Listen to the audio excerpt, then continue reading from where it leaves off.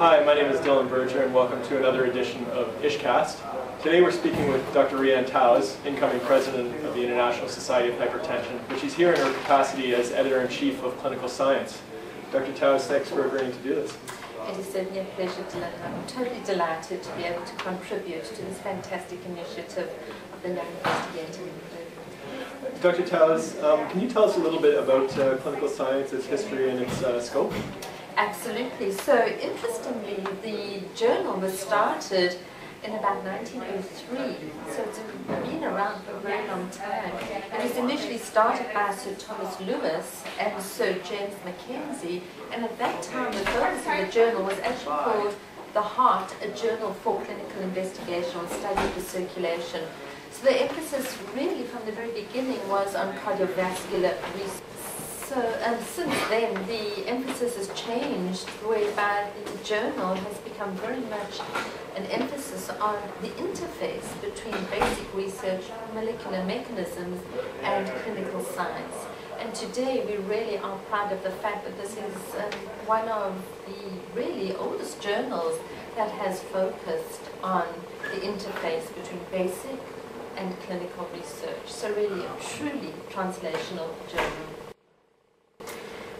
So I think many of our new investigators are interested in the behind the scenes and what happens behind the scenes. Perhaps you can tell us a little bit about what happens once an author submits an article from a journal's perspective. Sure. So as you know, the submission of papers is all done now online. We have a very effective online system. The papers are submitted to our editorial office in London, and we also have an office in the US.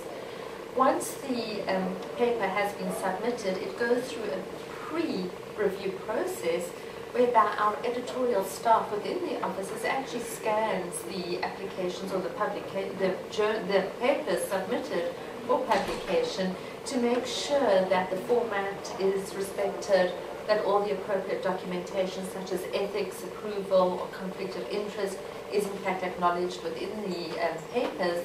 And once this has all been approved, the manuscript is then sent to an associate editor or to the editor-in-chief, and the editors then select a number of reviewers. And the reviewers are very carefully chosen based obviously on the content of the papers. The expertise of the reviewers is very tightly linked to what is being submitted through the publication. And usually we will ask about 3 reviewers to review the paper.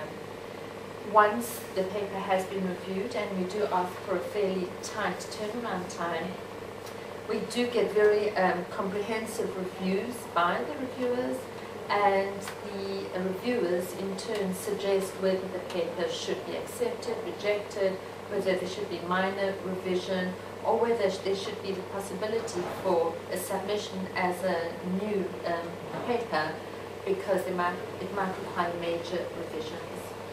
The associate editor actually has the discretion of making the final decision, and if there are any concerns in terms of indecisions, then the associate editor can submit the paper to the editor-in-chief, and then final decisions can be made. And this occurs rarely, but there are occasions when there might be some discrepancies in reviewers' comments, or when the associate editor may not yet have be comfortable with the final decision. So we spoke a little bit about reviewers. Can you tell us a little bit about how one might become a reviewer for a journal, and thoughts on when in a scientific career somebody should be considering that? Sure. So to become a reviewer of the journal, of course, it's very important that the editorial staff and the associate editors and the editor-in-chief know about you. And the best way to know about an individual is obviously if you are an author of a paper that is published in the journal. It's also important to show that you're interested in becoming a reviewer, and very often we get people submitting their names and putting forward their names and their interest in the journal, saying that they're particularly interested in reviewing for the journal, that they are keen readers of the journal, and so that being proactive is actually very important. I'll also suggest to you that you ask your supervisors, if there are opportunities whereby you may be able to help them in reviewing papers that they may be requested to review. So it really is a matter of just getting yourself known to the community and especially to the journal. When is the right time to become a reviewer? There isn't really a right time, but I think what is important is to show interest. And the more interest you show, the more likelihood it is that you will be invited to become a reviewer. But don't be afraid and don't be shy to actually go forward to the journal itself and say that you are interested in helping with reviewing papers. So changing gears a little bit, clinical science is quite well known for its very strong reviews. So maybe you can give us some thoughts on what makes a good review article. Sure. We're very proud of our reviews, and indeed we do have a very high standard in terms of the quality of reviews that are published in the journal. I should acknowledge that our editor with respect to reviews is Mark Cooper from Melbourne, and the way in which we go about actually publishing reviews is we go out and request reviews from appropriate authors who may be interested in contributing to our journal, and very importantly, these are usually the experts in the fields.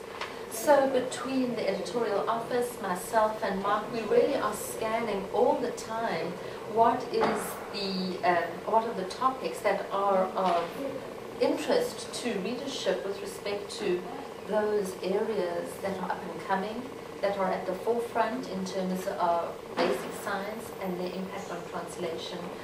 The other aspect which is very important to highlight to you is that our reviews are primarily solicited, but if there is a feeling by an author that they may wish to submit, we do accept submissions, and we will decide whether or not that may be appropriate for the journal. The other aspect and new initiative that I'm particularly proud of is that we have created a library of images based on many of our reviews, as well as our original publications. And this library of images actually constitutes images from reviews that have been published that are available to any of our readers to be used as PowerPoint presentations. So these are some of the factors that have contributed to the really high quality, popular reviews that we do publish in our journal. All right, well, maybe we'll conclude with, we talked a little bit about what makes a good article. Maybe we can talk a little bit about what you think are some common mistakes or flaws in articles that can turn a good manuscript into one that gets rejected.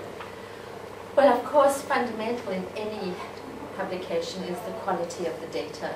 And we are very non-tolerant of poor data. Data has to be robust. Science has to be rigorous. We are very cognizant of the appropriate statistics that should be done to make sure that the data that is included in the publication is of high quality. It's very important that one does write a paper that there is good fluidity in terms of the way in which the paper is written. There's nothing more irritating than bad grammar, bad spelling, and when, of course, the format of the journal is not respected. This is really very important.